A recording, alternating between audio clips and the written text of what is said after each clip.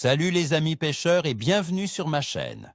Aujourd'hui, on va plonger ensemble dans les prévisions de pêche pour une journée très spéciale, le jeudi 23 octobre 2025, ici même en Belgique.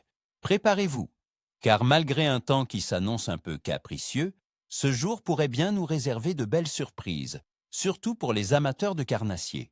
Restez connectés, car je vais vous donner toutes les clés pour optimiser vos sorties et rentrer avec des histoires à raconter.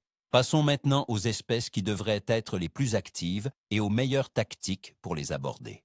Mon expérience me dit que les brochets et les perches seront nos meilleurs alliés en cette fin d'automne. Commençons par le hake, brochet, quoique, le roi incontesté de cette période de l'année. Où le chercher? Avec la baisse des températures de l'eau, oscillant entre 10 et 15 degrés Celsius, il aura tendance à se poster près des structures, des herbiers restants et des bordures profondes, là où il trouve à la fois des proies et un peu plus de stabilité thermique. Les entrées de bras morts ou les zones avec des arbres immergés seront également des spots de choix. Sur quoi le pêcher? Un bon gros leurre souple de 10 à 15 cm, monté en texan ou sur une tête plombée légère, sera parfait pour prospecter lentement ces zones. Les jerkbaits ou swimbaits de taille moyenne, maniés avec des pauses, peuvent aussi déclencher des attaques. N'hésitez pas à varier les profondeurs de nage et à prospecter large. Ensuite, l'ek, perche et scie, toujours très présente et combative en automne. Où la chercher? Elle se regroupe souvent en bancs importants à cette période. Cherchez-la près des cassures, des pontons, des écluses, et là où le courant est plus lent, à des profondeurs de 3 à 6 mètres. Les zones portuaires ou les lacs avec des fonds variés sont excellents. Sur quoi la pêcher? Un petit leurre souple de 5 à 8 cm, type shad ou grub, monté sur une tête plombée d'1 à 5 grammes, fera des merveilles en linéaire ou en vertical. Les petites cuillères tournantes ou ondulantes, ainsi que les spinners miniatures, sont également très efficaces. Une petite astuce, varier les couleurs, du naturel au plus flashy, pour trouver ce qui les excite le plus. Maintenant, parlons des conditions que nous allons rencontrer ce jeudi 23 octobre 2025. Le temps en Belgique s'annonce frais et humide. Les températures de l'air vont se situer entre 8 et 13 degrés Celsius, avec des pluies légères tout au long de la journée et de la nuit.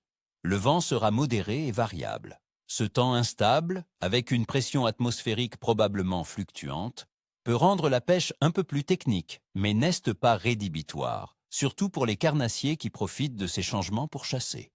La température de l'eau, comme je l'ai dit, sera en baisse, aux alentours de 10 à 15 degrés Celsius dans les cours d'eau et les lacs. Cette eau qui se rafraîchit est un signal pour les poissons. Il est temps de faire des réserves avant l'hiver. C'est pourquoi les carnassiers, en particulier, seront à la recherche de proies au facile. Et la Lune, dans tout ça? Le 23 octobre 2025, nous serons en phase de premier croissant, juste après la nouvelle Lune.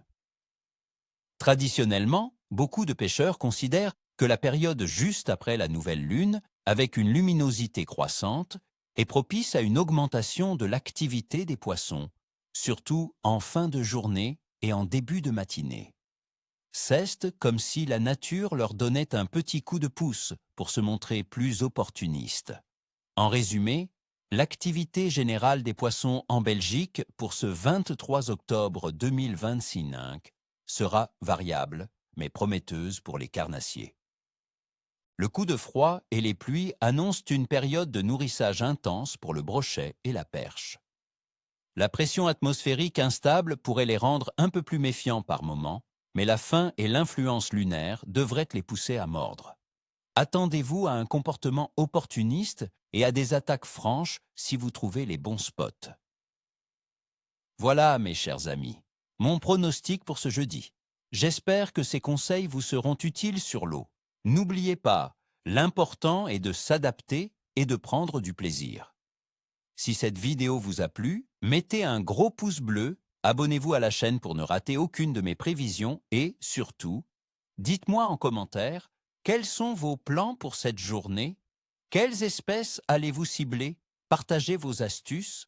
Sur ce, je vous dis à très vite au bord de l'eau et ni queue ni tête.